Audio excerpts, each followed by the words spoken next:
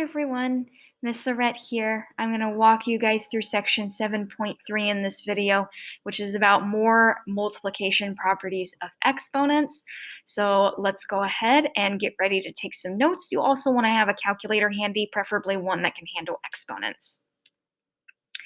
The first thing I'd like you to think about is how you would expand x squared using multiplication. So taking that x and writing it as repeated multiplication. Same thing with problem 2, taking this y cubed and writing it as a y with repeated multiplication. Then I want you to give number 3 a try, where you expand this using multiplication and then fully simplify it as 1 power, so 1x and 1 exponent. Pause the video if need be and give these a go. All right, so hopefully you've given these a try, and I'm hoping that the first two were pretty straightforward. When I have a power, that exponent tells me to take this base and multiply it against itself that many times. So I'm taking x and I'm multiplying it against itself twice. Same with y, whoops, Same with y cubed. I'm taking this y and multiplying it against itself 3 times. Just like that. Hopefully that wasn't too hard. You may have gotten a little stumped on how to do this one because we've got a power and then we're raising that to another power. But think about order of operations, which says that if you've got parentheses, do what's in parentheses first and then take care of what's on the outside. Well, I know how to expand x squared. It's just x times x. So if I write that in place of the x squared, this is what I'm cubing. Well, I know how to cube something as well. If I cube something, I'm taking this value, x times x, and multiplying it against itself 3 times.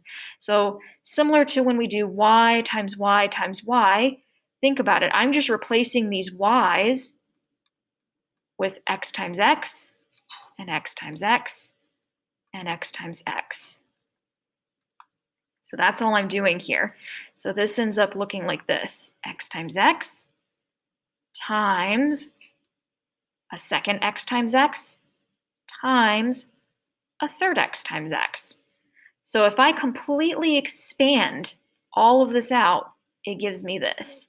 And I can simplify this as 1 power. If I take this and I represent it with an exponent, I'm taking the x and I'm multiplying it against itself a total of 6 times. So if I was to look at the original question and the final answer, there's actually a property that allows me to go directly from this to this without having to do any expanding. Take a moment to analyze the exponents. What do you observe? If I was asking my students in class this, many of them would say, well, I'm just multiplying these two exponents. 2 times 3 is going to give me that 6. And that's what the first property is that we're going to learn today. We call it raising a power to another power. So we've got a power in parentheses, and we're raising it to another power. I can take those two exponents and multiply them together.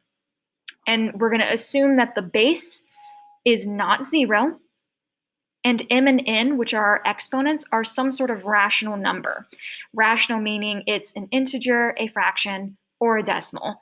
It's not some irrational number like the value of pi or the square root of 2. Those are non-terminating, non-repeating decimals. Those are not rational. So long as it's some sort of integer, fraction, or decimal, and that decimal could be a repeating decimal or a terminating decimal.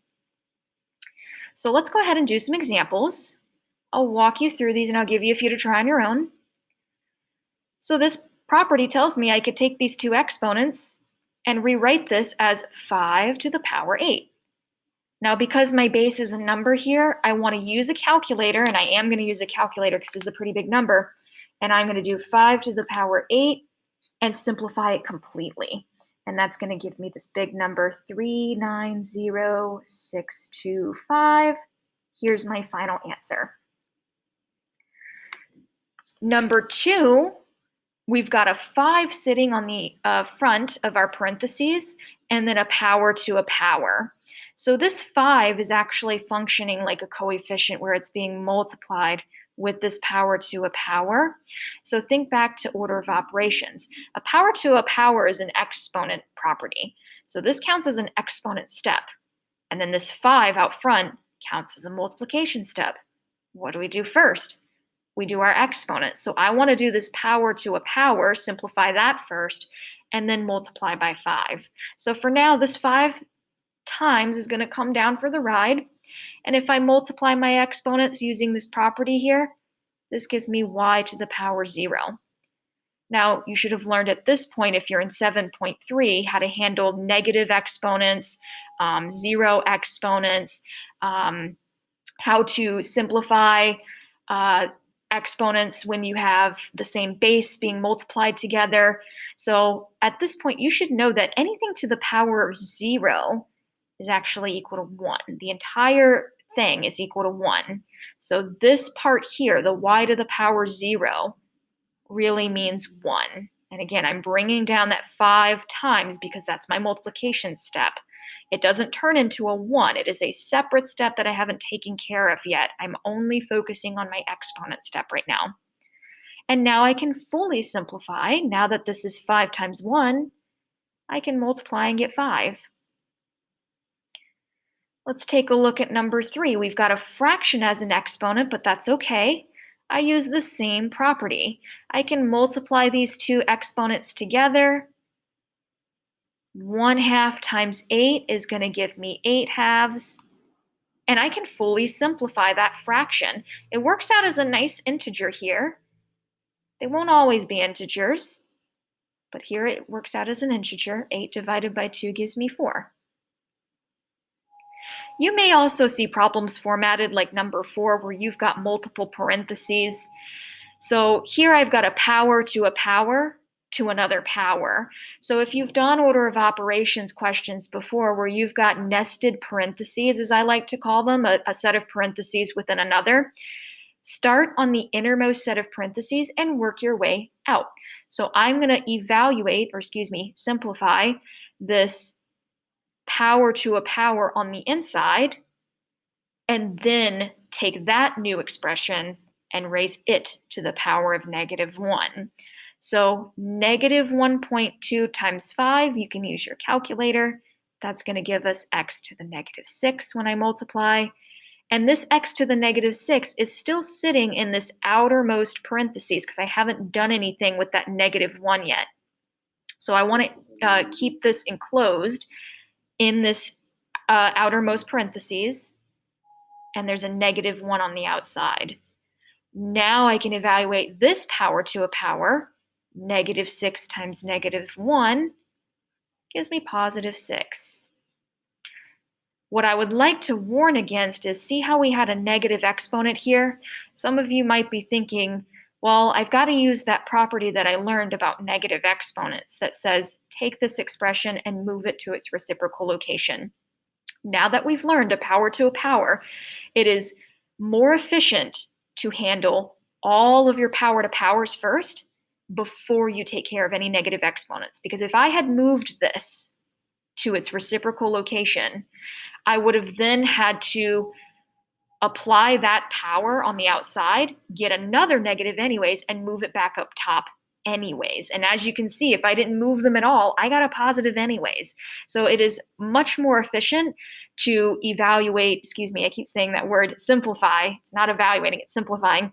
It's much more efficient to simplify all your power to powers first and then handle any negative exponents. It's just going to save some time. Let's take a look at number 5. Similar to the 5 out front for number 2, this -3 out front is functioning as a coefficient. So I'm going to do my power to power first, and the -3 will come down for the ride as a multiplication step.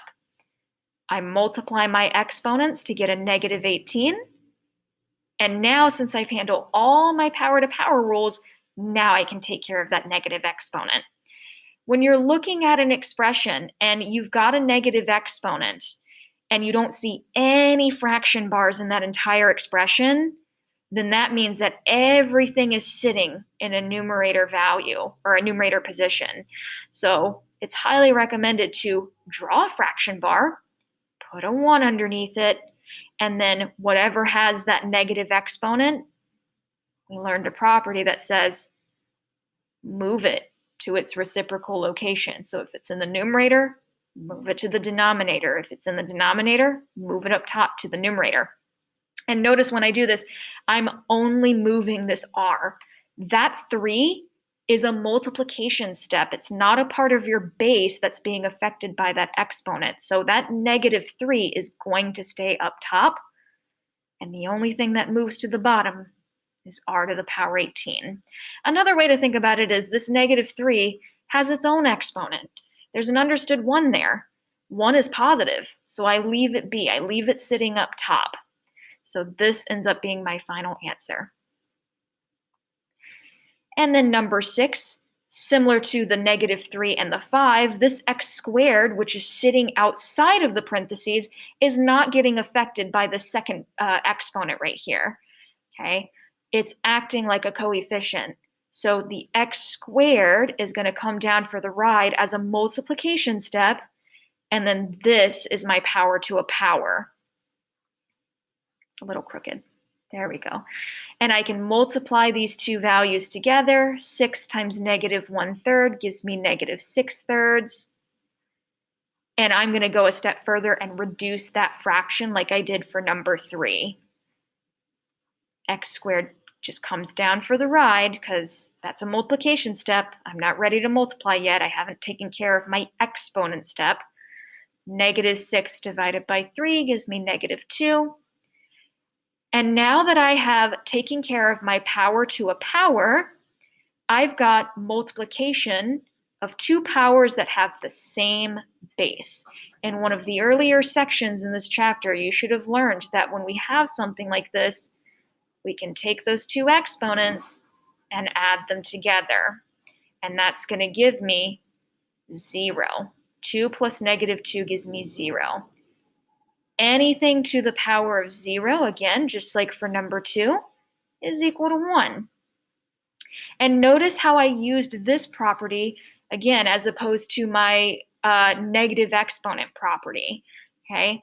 Again, you want to simplify those exponents as much as you can until you have one power, and then if that one power has a negative exponent, then move it to its reciprocal location. It's highly recommended that you simplify all of your powers as much as you can until you have that one power, that one exponent, and see what the sign is before you start moving things around. Just saves a lot of time and makes things a little bit easier.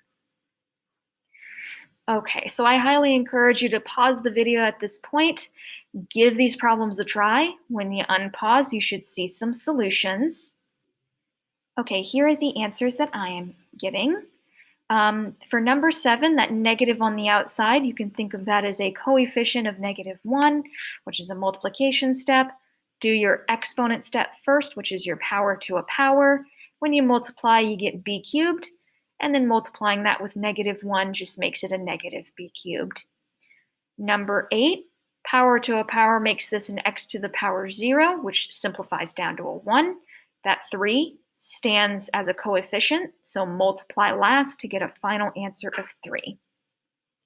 Number 9, 2/3 times -6 gives you -12/3, or you could make this a fraction and cross-reduce or cross-cancel, and I get v to the -4. This did not have a fraction bar anywhere in it, so I can make a fraction bar and stick this on top of a 1. Negative exponents tells us to take this entire power and move it, and I made a mistake in my final answer here. This should be 1 over. Let me fix that real quick. You guys were probably looking at the final answer like, I don't match that, Miss Lorette. It should be 1 over v to the power 4, okay? And notice when I do this, I'm not left with a 0 up top, right? When you move this, and that's the only thing sitting in that location, and the entire thing moves to the other location, you are never left with a 0. There's always an understood 1 there, okay? Same thing for number 10. When you do your power to a power, you have a negative exponent. So when you move this entire thing, there's still a 1 in that numerator position. Additionally, I need to evaluate this power down here completely to give me 16. Number 11, this -2 is a coefficient that's going to get multiplied with our power. Power to a power gives me r to the power 0. I can further simplify this power before I multiply to give me a 1. -2 times 1 gives me a -2. Number 12, this y to the -5/3 counts as a coefficient that's going to get multiplied with whatever I get when I do my power to a power. If I multiply, I get -7/3 as that exponent. And then I've got two powers that are being multiplied and they have the same base. The properties of exponents tells me I can add those two exponents together to get -12/3. I can reduce that to a -4, and I can move that to its reciprocal location. So these problems, I would imagine, are starting to get a little bit challenging. My students tend to struggle with properties of exponents. The best way to get good at these is to just practice, practice, practice.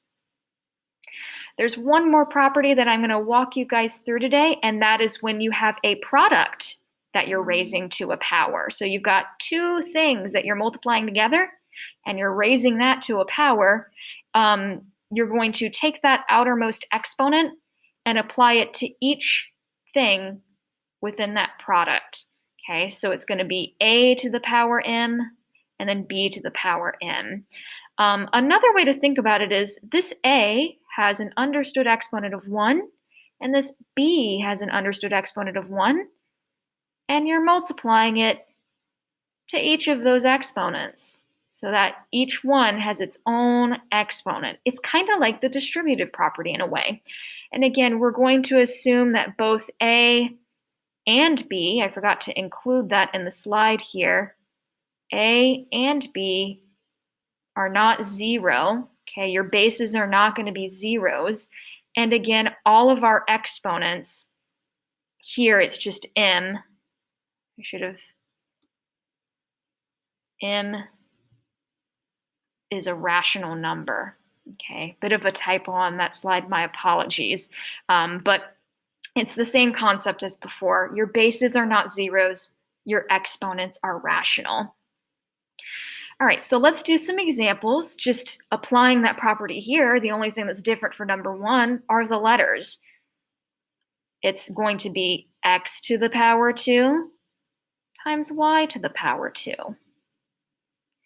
For number 2, instead of two variables, we've got a number and a variable, but it's the same concept. It's going to be 3 to the power 2 times y to the power 2. And remember, when you've got a power where that base is a number, go all the way to simplify it completely. 3 squared is going to give me 9. So this is y times 9 times y squared. Okay. So be careful here. We've got a negative.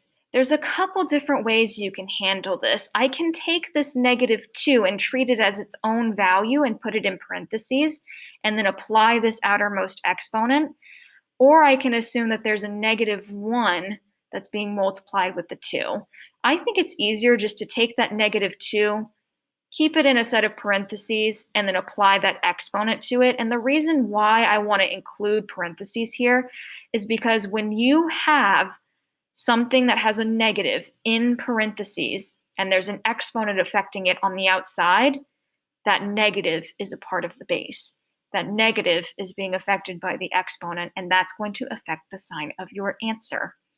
So I'm going to leave it in parentheses for now, and then I have a z to the 1/2 times 4. Again, it's like you're multiplying these exponents together. Okay, so if I multiply 1/2 with 4, that's going to give me 4/2. And now there's a few things that I can simplify. I can simplify this power, and if you're utilizing a calculator, be careful. You should include parentheses, so that way when you evaluate it, it should give you a positive. You should get a positive 16. not a negative, because if you think about it, this negative is repeating in the multiplication as well. A negative times a negative times a negative times a negative. All four of those negatives will cancel to give you a positive. And then I can also simplify this exponent right here. I can reduce that. It's going to give me 2. Number 4, I'm taking this outermost exponent and applying it to any exponent on the inside. 4.5 times 2, that's going to give me 9, worked out as an integer there. Again, they don't have to be integers. Decimals and fractions are still rational. And then z to the negative 2, if I raise that to the power 2, that's going to make that a negative 4. Now, this is not fully simplified because I see a negative exponent. So I don't see a fraction bar, so I'm going to draw one, put a 1 underneath it, and this power that has my negative exponent has to move its location. W to the 9 stays up top because that's positive. So I've got W to the 9 divided by Z to the positive 4. Remember, when you move that value to the reciprocal location, the sign of the exponent changes. And number 5, we've got a product to a power, but we've also got this negative that sits out front. And remember, that's like saying negative 1 times, and then whatever we get when we do this exponent step. So this is a multiplication step. If I apply this exponent here, the 8 is going to get squared, and this r to the negative 9 is going to get squared. A few things that I can simplify here. Now, you might be thinking, I should multiply these two values together to get a negative 8 and then square that. Remember, exponents come first. This negative 1 still comes down for the ride as a multiplication step. We're not ready to do our multiplication yet. 8 squared gives me 64. Negative 1 times 64 gives me negative 64. And I also have to handle this negative exponent, which I could have done all the way up here at this step. I didn't have to wait till the very end. If I make this look like a fraction, this power with a negative exponent has to move. This negative 64 stays up top because remember, it's understood to have its own positive exponent of 1 at this point.